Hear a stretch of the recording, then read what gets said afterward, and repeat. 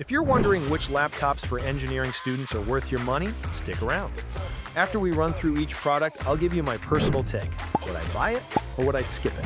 No fluff, just my honest opinion. Let's get into it. Samsung Galaxy Book 5 360. This thing is a slick 2-in-1, so you can flip it into a giant tablet and feel like you're in a sci-fi movie. Plus, its battery lasts for ages. We're talking 10 to 14 hours on a single charge. But trying to actually use a 16-inch laptop as a tablet is like trying to use a dinner plate as a frisbee, and the super glossy screen reflects more than a funhouse mirror, so good luck seeing your CAD models if a window is nearby.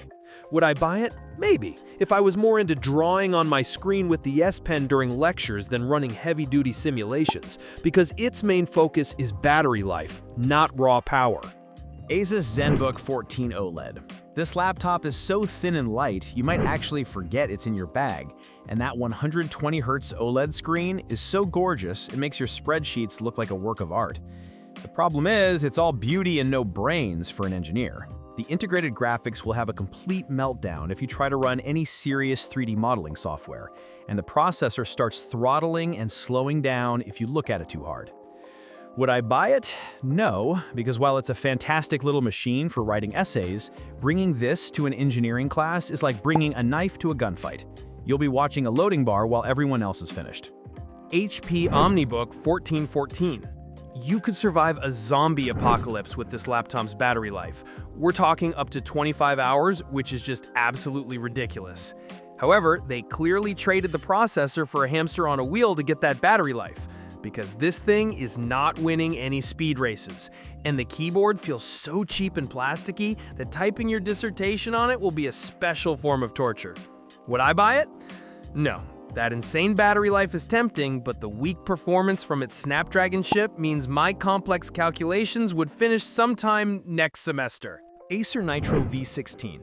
This beast will tear through any engineering software you throw at it thanks to a powerful Ryzen processor and a proper NVIDIA RTX 4050 graphics card, all without getting hot enough to cook an egg on. The catch is you'll have to deal with its "I'm a gamer" aesthetic, complete with glowing orange lights, and the single USB-C port is a joke, not to mention the power cord falls out if you breathe on it too hard. Would I buy it? Yes, this is the one. It's got the raw power needed for actual engineering work, and I'll just put some tape over the dumb lights and the power connector. Lenovo ThinkPad P16 Gen 3. This laptop is an absolute unit, a mobile workstation built like a tank with options for up to 96 gigabytes of RAM, meaning it can handle simulations that would make other computers weep. But at 2.5 kilograms, it's less of a laptop and more of a portable anvil, and the base model 60Hz screen is so dim and basic it feels like an insult on such a powerful machine. Would I buy it? Maybe, if my university was on the ground floor and I never had to move it, because this thing is the definition of overkill and has the portability of a desktop computer from 1998. Asus ProArt P16H7606. This thing packs a ridiculous AMD Ryzen AI 9 processor and an NVIDIA RTX 4070 GPU, so it'll render your 3D models faster than you can say all-nighter, all on a beautiful 4K OLED screen. The only catch is that when you actually use all that power, the fans get so loud it sounds like a jet engine is taking off in the library, and it runs hot enough to fry an egg. Would I buy it? Yes, if you work in a wind tunnel and need a portable space heater, because this thing is a performance beast despite the noise. Apple MacBook Pro M4. The new M4 chip is ridiculously fast, and the battery life is just absurd. We're talking a claimed 28 hours, which means it will probably outlast your will to live during finals week. However, you're still stuck in Apple's ecosystem, the graphics aren't as beefy as last year's top models, and you're paying a fortune for a design that hasn't changed, all while praying your specialized engineering software actually runs on it. Would I buy it? Maybe, if my student loan was big enough and I was absolutely sure all my required software was compatible, because that battery life is a legitimate game changer for campus life. Asus ProArt PX13. I love that this is a 2-in-1 convertible, making it perfect for scribbling notes and lectures, and then flipping it back to a laptop to power through assignments with its Ryzen AI CPU and RTX 4060 GPU. It's a shame the screen is only 60 Hz and the battery life is just average, plus the fans scream at a reported 55 decibels when you push it, letting the entire quiet study floor know you're hard at work. Would I buy it? Yes, this is the perfect little transformer for an engineering student, combining a note-taking tablet and a powerful workstation into one portable package. Dell Precision 5690. This is a monster workstation disguised as a sleek laptop with a crazy powerful Intel Core Ultra 9 processor and a stunning 4K OLED touchscreen that'll handle any simulation you throw at it. The problem is the price tag is astronomical, and it completely ditches USB-A ports, so get ready for that sweet, sweet dongle life just to plug in a mouse or flash drive. Would I buy it? No, it's total overkill and costs more than a used car. This is for a professional engineer with a company credit card, not a student surviving on instant noodles. HP ZBook Studio 16G11. This laptop is one of the most stylish and slim workstations you can get, and its dream color screen is absolutely gorgeous for any kind of design work. But honestly, it's all looks and no muscle. The performance is disappointingly average, and the battery life is just sad for a machine that costs this much, making it a terrible choice for long days on campus. Would I buy it? No, absolutely not. This thing is for designers who value style over substance, not for an engineering student who needs raw power and a battery that lasts longer than a single lecture.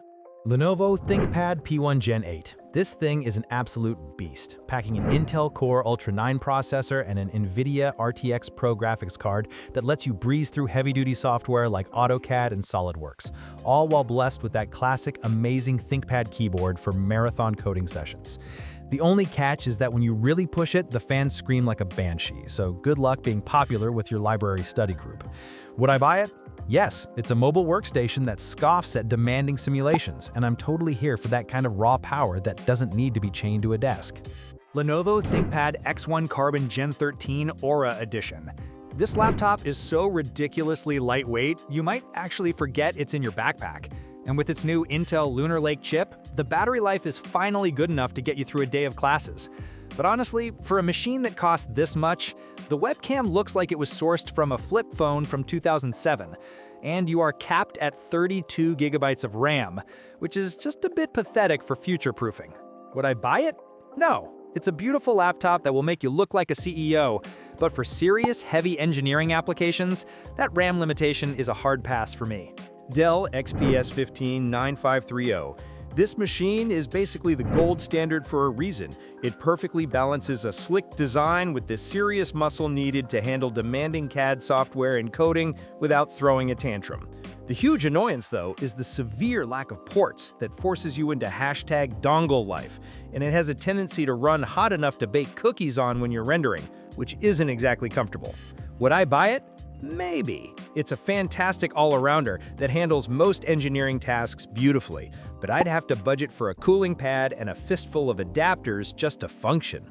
HP ZBook Ultra 14G1A. This little 14-inch laptop is the definition of a sleeper build, delivering shocking performance you'd expect from a much beefier machine thanks to its powerful AMD Ryzen AI chip and a gorgeous 120Hz OLED screen option.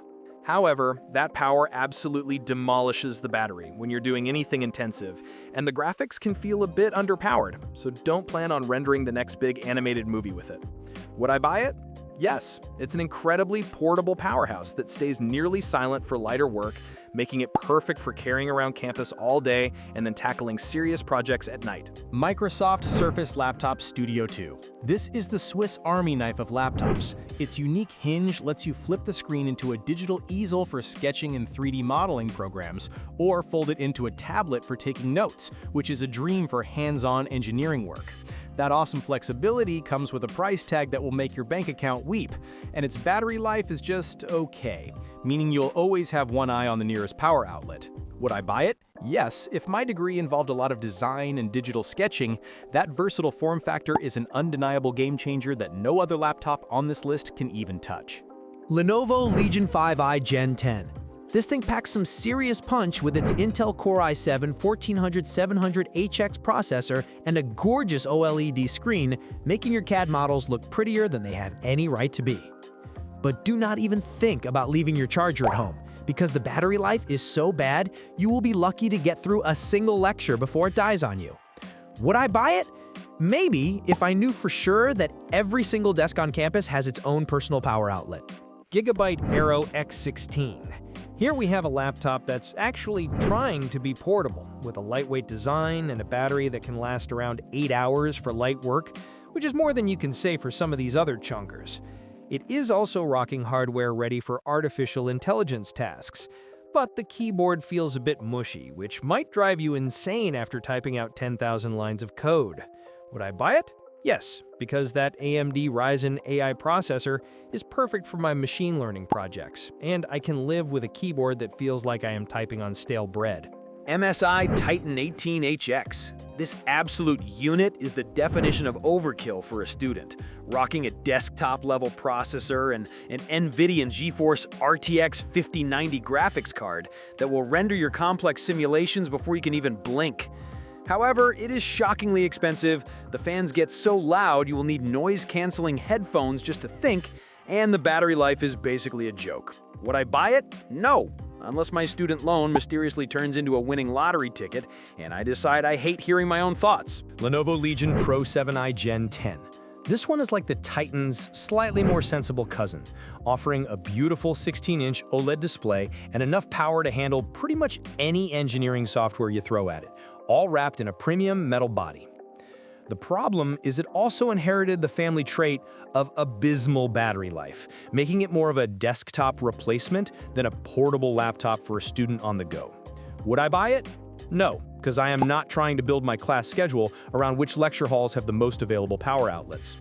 Dell XPS 139345. This sleek little machine is on a mission to solve friend of our battery problems with its Snapdragon processor, offering performance that is zippy and a battery that just will not quit. The catch is you get exactly 2 USB-C ports for everything, and running specialized engineering software on its ARM-based system could be a massive gamble on compatibility. Would I buy it? Maybe, if I felt like playing Russian roulette with my course-critical software just to have a battery that lasts for days. Thanks for watching. I hope this video helped you pick the laptops for engineering students for you. If you have any questions, drop a comment below. Links to all of these products mentioned in this video will be in the description.